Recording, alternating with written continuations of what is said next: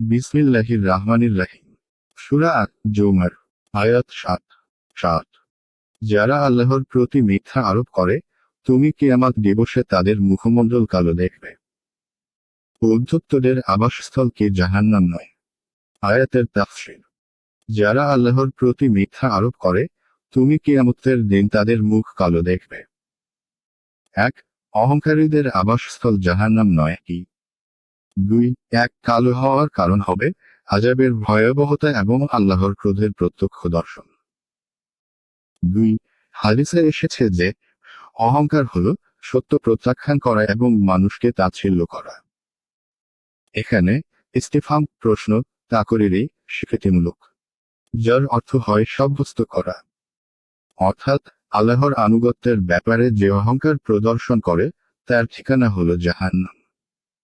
আয়াত 61। আল্লাহ মুত্তাকিদের উদ্ধার করবেন তাদের সাফল্য সহ। তাদেরকে অমঙ্গল স্পর্শ করবে না এবং তারা দুঃখও পাবে না। আয়াতের তাফসীর। আল্লাহ সাবধানীদেরকে তাদের সাফল্য সহ উদ্ধার করবেন। ১. অমঙ্গল তাদেরকে স্পর্শ করবে না এবং তারা দুঃখও পাবে না। ২.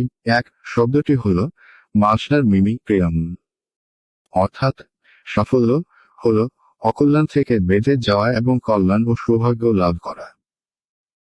অর্থাৎ আল্লাহ তাআলা আল্লাহ ভীরুদেরকে সেই সফলতা ও সৌভাগ্যের কারণে মুক্তি দেবেন, যা পূর্ব থেকেই তার নিকটে তাদের জন্য সাব্যস্ত হয়ে আছে।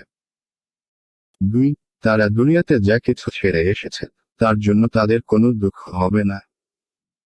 আর যেহেতু তারা কিয়ামতের ভয়াবহতা হতে সুরক্ষিত থাকবে, তাই তারা কোনো ব্যাপারে চিন্তিত ও দুঃখিত হবে না।